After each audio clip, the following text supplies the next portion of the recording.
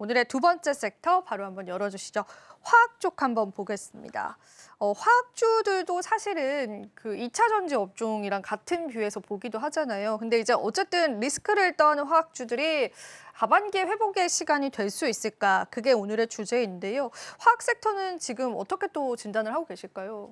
네, 일단 화학 섹터는 솔직히 관심을 갖고 있는 분들이 별로 없을 거예요. 없습니다. 네. 그런데요, 희한하게 개인들이 화학 섹터를, 화학주를 굉장히 많이 사고 있다는 거예요. 아, 그래요? 네, 그래서 지금 보시면 이제 화학주들은 그동안 신저가를 기록하고 있고 여전히 LG화학 같은 경우에도 오늘도 떨어지면서 신저가를 치고 있거든요.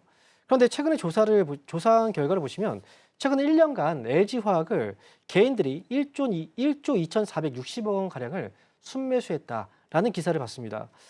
그래서 LG에너지솔루션하고 LG화학이 올 들어서 개인 투자자들이 순매수 종목에 굉장히 많은 비중을 차지하고 있다라고 뉴스가 나왔는데요. 그렇다면 이 화학주를 왜 개인들이 이렇게 매수를 하는 걸까라고 생각을 해본다면 지금으로서는 이제 화학주들이 너무나 많이 하락을 했고요. 첫 번째로는 이제 저평가에 대한 어떤 메리트일 거예요. 그리고 최근에 중국이 이제 미국하고 이 무역 관세 전쟁에 대해서 어느 정도 이제 소강 상태에 접어들었고 협상에 대한 여지가 좀 있다 보니까 화학 제품 수요가 가장 많이 발생하는 나라가 이제 중국이거든요. 그러니까 중국에 대한 경제 우려감이 좀 완화됐다. 그래서 화학주들도 반등이 나오지 않을까라는 기대감들. 거기다가 또 중국과의 관계. 지금 앞에서도 우리가 카지노를 얘기했잖아요. 그러니까 중국하고의 관계에 있어서도 지금은 화학주들에 대해서 관심을 좀 가져보는 게 좋지 않을까라는 이런 심리가 개인들한테는 이런 심리가 좀 반영이 되고 있는 것 같아요. 실제로 그래서 지금 화학주들에 대해서 개인들의 매수 비중이 굉장히 좀 많이 늘어나고 있다. 이 부분에 대해서 좀 이야기를 해드렸습니다.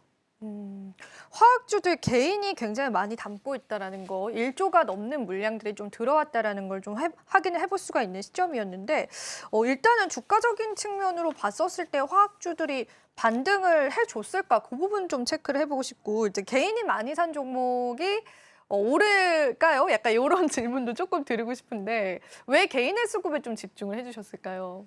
사실 제가 개인의 수급에 집중을 했다라기보다는 개인들이 수익을 내야 되겠죠. 예, 아무래도 좀 맞아요. 그런 바람이 있는데 네. 특히나 지금 화학주에 굉장히 많은 물량을 사고 있다라고 해서 제가 이 부분에 대해서 좀 이야기를 한 건데요. 개인들이 많이 사고 있다. 개인들이 사면 올라가면 좋잖아요. 올라오면 좋죠. 맞아요. 네. 그런데 만약에 이제 우리가 지금 현재 거래되고 있는 어떤 주식이 있는데 10,000원이에요. 현재 가격이. 네. 그럼 10,000원짜리 주식을 10,000원보다 비싸게 사실 거예요? 아니면 싸게 사실 거예요? 10,000원보다 싸게 사면 좋겠죠. 그쵸. 네. 싸게 사겠죠. 네. 그리고 만약에 내가 10,000원짜리 주식을 갖고 있다면 그보다 비싸게 팔겠죠. 네. 팔고 싶겠죠. 개인들의 욕구가 바로 그거거든요. 음. 그래서 대부분 개인들은 지금 이제 순매수, 개인들이 지금 앞으로의 화학 업종이 좋아질 거라고 해서 매수를 했다라고 하는데 실제로는 그런 상황은 아니라는 거예요. 일반적으로 개인들은요, 주식 시장을 또는 주가를 움직이지 못해요. 예를 들어서 내가 만약에 LG화학을 지금 살려고 했다. 지금 현재 거래가 19만 원 정도 된다면 나는 그거보다 싸게 주식 이제 매수를 걸어놓을 거예요. 예를 들어서 한 18만 원 정도에 걸어놓을 거고. 그런데 주가가 떨어졌어요. 내가 매수를 걸어놓은 가격이 가까워지면요, 그 가격을 다시 뺍니다. 다시 17만 원을 내려요. 그렇게 되기 때문에 결국은 나중에 내가 걸어놓은 가격이 체결됐다는 건 내가 못 본 사이에 체결이 돼버린 거예요. 그러니까 개인들의 의지라기보다는 한번 싸니까 한번 걸어놔 볼까라고 했는데 실제로 매수하고 나서 후회하시는 분들이 더 많을 거란 말이죠. 그래서 지금은 화학주들의 매수 비중이 높다는 건 결국은 외국인과 기관들이 많이 팔았다는 겁니다. 그렇네요. 그렇기 때문에 외국인 개인들이 이제 매수가 들어왔다는 거고요.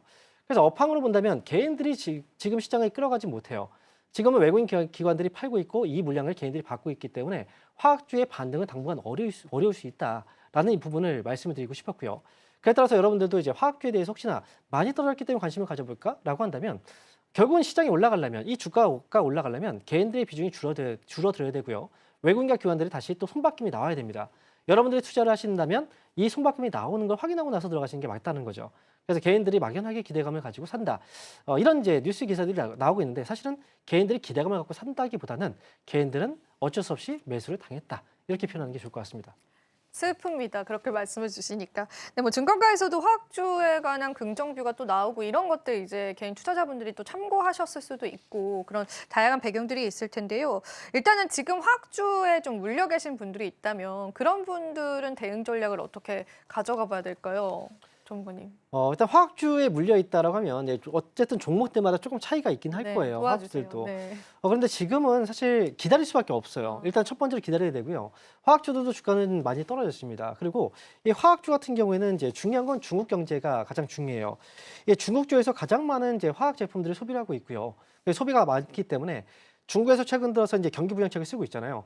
이 경기부양책을 쓰면서 그리고 미국 가구에 어느 정도 관세 협상이 만약에 잘 진행된다면 중국 경제가 회복이 될 거예요. 그러면 화학주 역시도 반등의 기회가 있을 거란 말이죠. 그래서 지금은 뭔가 추가 매수를 너무 일찍 하게 된다면 나중에 되면은 빠져나올 수 있는 기회를 잃어버려요. 만약 지금 매수해서 물려 있다라고 한다면 지금은 조금 더 기다리셨다가 나중에 추가 매수 타이밍을 이제 잡으실 필요가 있다는 거죠. 그래서 지금은 너무 성급하게 잡지 마시고 지금 좀 기다려 보자. 그리고 나중에 제가 기회가 된다면 화학주에 대해서 저희가 또 이 자리에서 이야기를 할 때가 또 올 거예요. 그때는 상승에 대한 이야기를 가지고 또 이야기를 할 거니까 만약에 추가 매수 타이밍을 잡는다고 하면 그때 타이밍 맞춰서 매수하는 것도 도움이 되실 것 같습니다. 네, 좋습니다. 자, 화학주 관련해서는 일단 중국 경기에 관한 회복이 좀 중요한 포인트가 될 것 같은데요. 그러면은 최근에 이 중국과 미국 그리고 한국과의 미국과의 관세 협상에 관해서 계속 이야기가 좀 나옵니다. 화학주들이 이 관세 협상에 영향을 받을 가능성도 한번 짚어보고 싶은데 그 부분도 한번 이야기 들어볼 수 있을까요, 전문가님? 네, 일단 관세 협상이라는 건 사실 어떻게 될지 알 수가 없는 이제 영역이에요. 지금 90일 유예가 됐고요. 협상이 잘 됐을 때 그렇다면 중국 경제도 지금보다는 또 더 나빠지진 않을 거란 말이죠. 그럼 소비도 분명히 좀 있을 거고요. 그래서 제가 볼 때는 이제 이 부분 때문에 화학주들은 관세 협상이 잘 되면 그러면 좀 좋아질 수도 있다라고 생각할 수 있는데 또 반면에 만약에 중국 경제가 이번에 관세 협상이 잘 진행되면은 중국 경제가 그러면 크게 이제 하락하진 않을 거예요. 그렇게 된다면 중국은 더 이상 큰 돈을 풀 필요가 없겠죠. 그래서 화학주 같은 경우에는 만약에 관세 협상으로 인해서 잘 됐을 때 또는 잘 되지 않았을 때 둘 다 뭔가 득과 실을 따지기는 사실은 좀 어렵고요. 화학주가 살아나기 위해서는 중국 경제가 굉장히 중요하긴 한데 중국 경제가 살아나기 위해서는 전 세계 경제가 또 좋아져야 되거든요. 그렇기 때문에 가장 중요한 건 중국과 미국과의 관세 협상보다는 미국이 다른 나라들과의 관세 협상을 벌이고 있는데 이 관세, 이 무역 전쟁이 어느 정도 좀 빨리 이제 어느 정도 종결이 돼야 그때부터 화학주의 반등 신호가 나오지 않을까라고 생각을 해요. 그래서 미국하고 중국과의 문제가 아니라 전 세계에 대한 어떤 경제, 이게 지금 전 세계에 다 연결되어 있기 때문에 그 부분에 초점을 맞춰서 보셔야 됩니다. 그러니까 시간이 조금 더 오래 걸릴 수 있다라고 보셔야 될 것 같습니다. 예, 좋습니다. 일단은 한국과 미국 그리고 중국과의 관세 협상 자체보다는 전반적인 경기 회복의 시그널들이 좀 나와야지 화학주들은 공략이 가능하다라는 이야기까지도 같이 들어봤습니다. 그러면은 저희가 일단은 최선호 기업을 좀 들어보고요. 화학주 근데 이제 전반적으로 전문가님께서 굉장히 좀 부정적으로 보신 느낌이 있는데 그 안에서도 저희가 전략을 잡아볼 수 있는 기업이 있을까요? 사실 화학주, 전통 화학주 쪽에서 제가 오늘 관심 종목으로 종목들을 뽑지는 않았어요. 아, 네. 왜냐면 화학주에 대해서 관심 종목을 뽑으면 그러면 이 종목은 지금 사서 투자를 지금 해야 되는 시기구나라고 생각할 수 있는데 화학주는 업종 자체가 지금 침체기에 빠져 있는 상황이기 때문에 어떤 특정 종목들을 이제 지금 당장 보기는 좀 어렵다라고 저는 말씀드리고 싶고요. 하지만 화학 섹터 안에는 여러 가지 섹터들이 또 포함되어 있어요. 대표적으로 우리 화장품도 역시 화학주에서 포함되어 있거든요. 네, 맞아요. 차라리 화학 섹터 안에서 본다면 저희가 앞에서 소개해드렸던 네. 그 화장품 쪽 LG 화학이요. 맞아요. 그죠? 네. 아, LG LG 이제 화장품 쪽에서 네. 화장품 쪽에서 본다면 우리가 그 앞에서 한국콜마를 또 소개해드리기도 네. 했었죠. 그래서 우리가 화장품 관련 종목들 쪽에서는 이제 볼 수가 있고요. 만약에 뭐 진짜 전통 화학주를 보게 된다면 우리는 그 화학주에 대해서는 정말 장기 플랜이 짜고요. 만약에 내가 이 화학주를 향후에 10% 정도까지 매수를 하겠다라고 생각한다면 화학주에 대해서는 지금은 1%씩, 아, 네, 1%씩 진짜 장기 플랜을 짜고 나서 그렇게 매수에 들어가시는 게 훨씬 나아요. 그리고 오늘 매수했으면 다음 달에 1%를 또 매수하고 네. 그러니까 장기 플랜을 짜야 된다는 거죠. 그만큼 지루해질 수가 있기 때문에 굳이 이 자리에서 소개를 시켜드리지 않은 겁니다.